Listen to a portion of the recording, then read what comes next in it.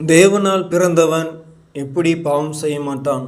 அருமையான சகோதர சகோதரர்களே, நமக்கு இந்த உலகத்தில் அருமையான தாய் தகப்பனை ஆண்டவர் கொடுத்திருக்கிறார்.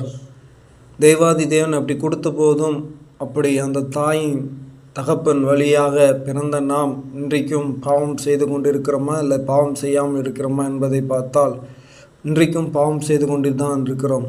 ஆனால் தேவாதி தேவனுக்கு நாம் பிள்ளைகளாக பிறந்திருக்கிற நாம் தேவனால் பிறந்த எவனும் பாவம் செய்ய மாட்டான் என்று சொல்லி பரிசுத்த வேதாகம் நமக்கு கற்றுக் கொடுக்கிறது.